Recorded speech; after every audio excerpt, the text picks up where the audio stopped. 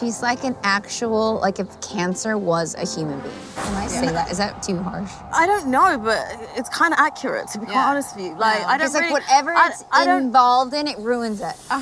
Ahoy, oi, oi, oi, oi, oi, oi, oi, oi, mateys. Welcome back to another Captain Patriot video. Hope you guys are having a wonderful day. Today we're taking a look at Selling Sunset Season 9, Episode 1. This is my first part of this series where I'm going to be going through the entire season. So if you enjoy this video, make sure to hit like and subscribe on the video so you can see all the other parts of this saga, we'll call it. Now, the show starts with these three girls walking up the steps of a absolutely bland, lame-ass looking house that has no personality or character to it whatsoever, which is most houses in LA, I guess. Apparently, they're just bland, disgusting disappointments just like me. But regardless, these three women walk up covered in gallons and tubs of concealer and makeup to admire this house, to talk about its $21 million value. But instead of talking about the house, they decide to talk about each other. What a surprise! What a surprise! The rich, wealthy girls talking about themselves instead of the actual thing they're supposed to be doing. And naturally, what are they talking about? Well, they're talking about this evil woman, this evil monster who is a cancer.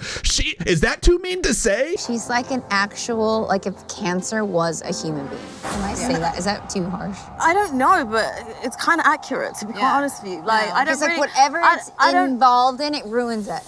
Is it too mean to say that she's a cancer? Oh, wait.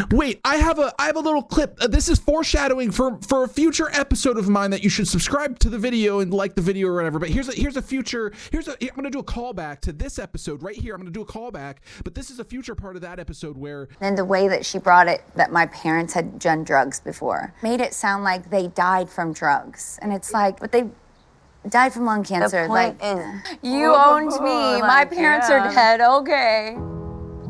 The way that it happened with my parents, it's like my dad for 4 years slowly, like, just like he wanted awful. to go so bad at the end, and then my mom was the opposite, and it was so fast, and she wasn't ready. So it was just like going through that process with them for so long. It's like a bit traumatizing. She's like an actual, like if cancer was a human being. Can I say that? Is that too harsh?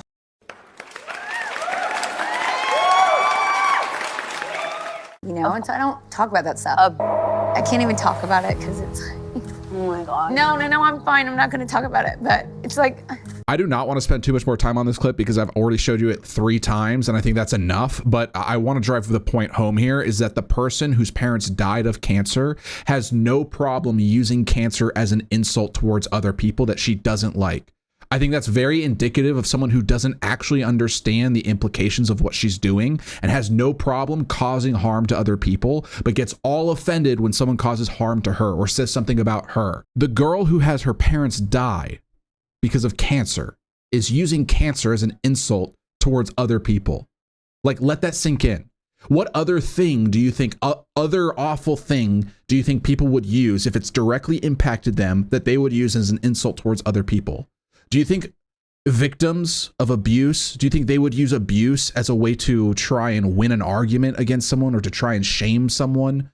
Do you think someone who has actually been abused would use that personal experience that they went through as a way to hurt someone else?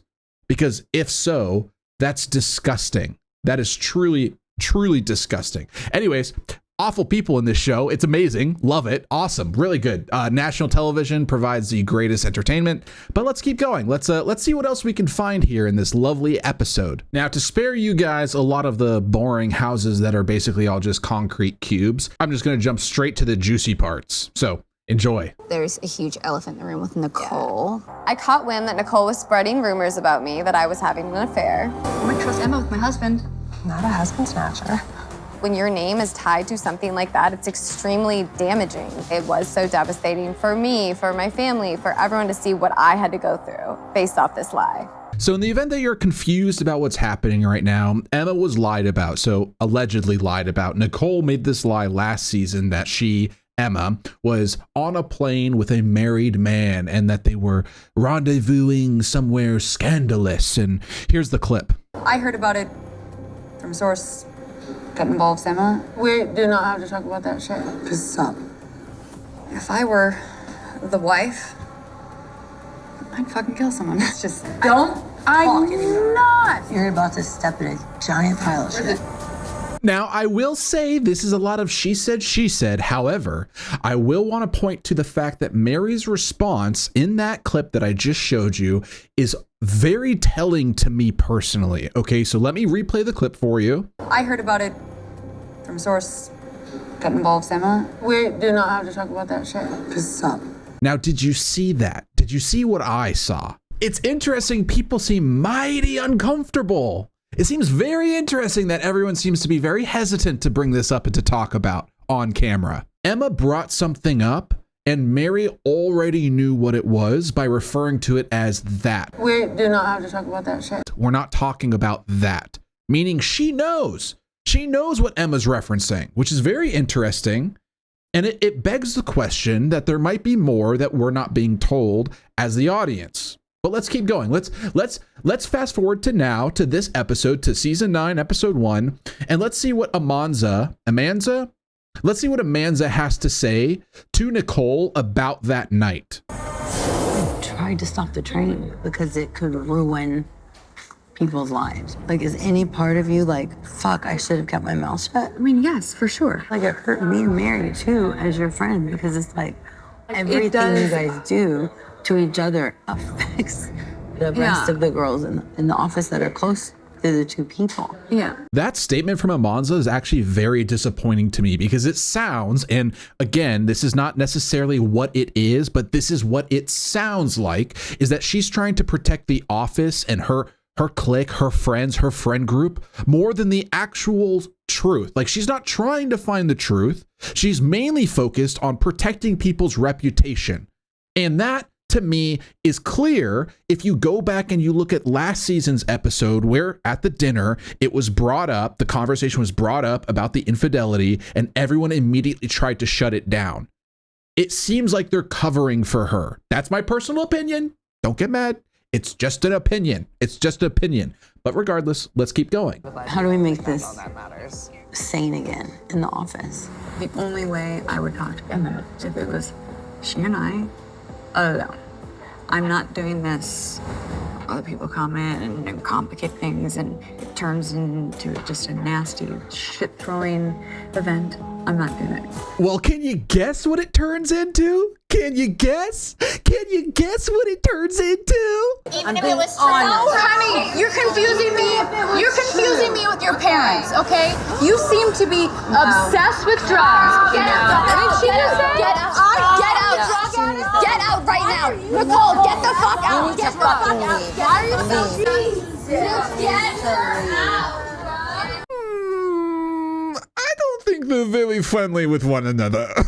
I seriously do not understand how you could allow yourself to devolve in this way. Like, you know, there's cameras around you. You're used to having cameras around you. You should know the implications of acting this way on TV.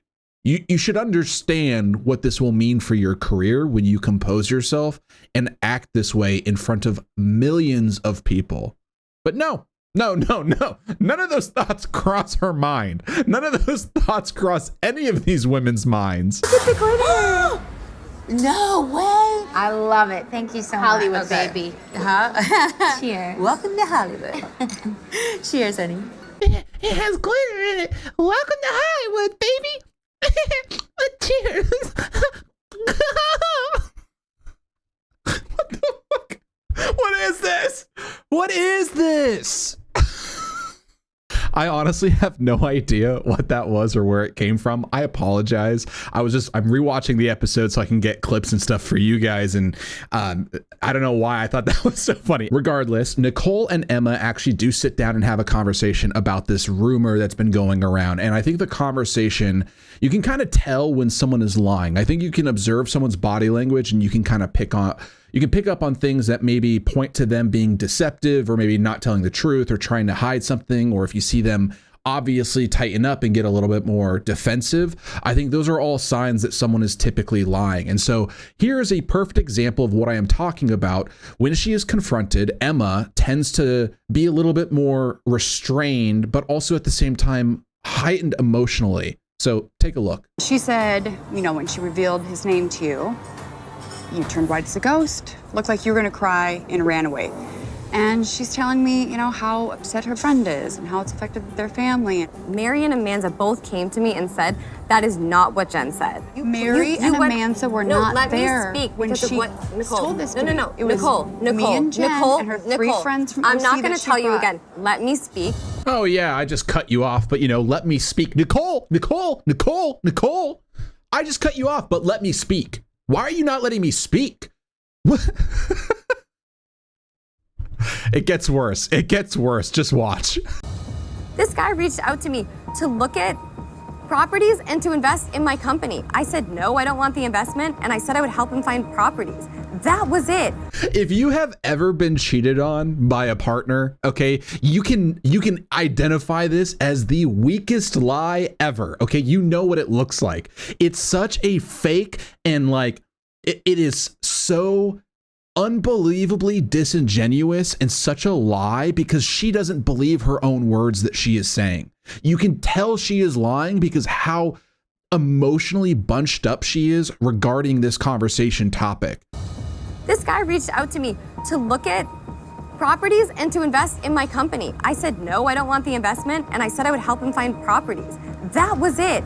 Like, that's the thing, right? Like, the evidence provided is from a source, right? And whether you trust or don't trust the source, to me, is irrelevant when you have her sitting there lying to your face. And maybe you're not perceptive. Maybe you're not the person who can tell that she's lying to you. But if you're someone who has been hurt before, odds are you can identify those things far easier than someone who has never gone through something like that. And it's not just that either. If you go back to the last season and you watch that whole dinner party where she brings it up, where Nicole brings up this, you know, the cheating scandal, right? And all of the girls shut it down, but they know what she's talking about and they're referencing it and they're telling her to stop and don't bring it up and, oh, you're going to step in a pile of shit and all of this other stuff. All of that and like the behavior of Emma, everything compounds into me thinking that yes, Emma probably was sleeping with a married man who had kids. When I saw that he wanted more than that, I made my boundaries very clear.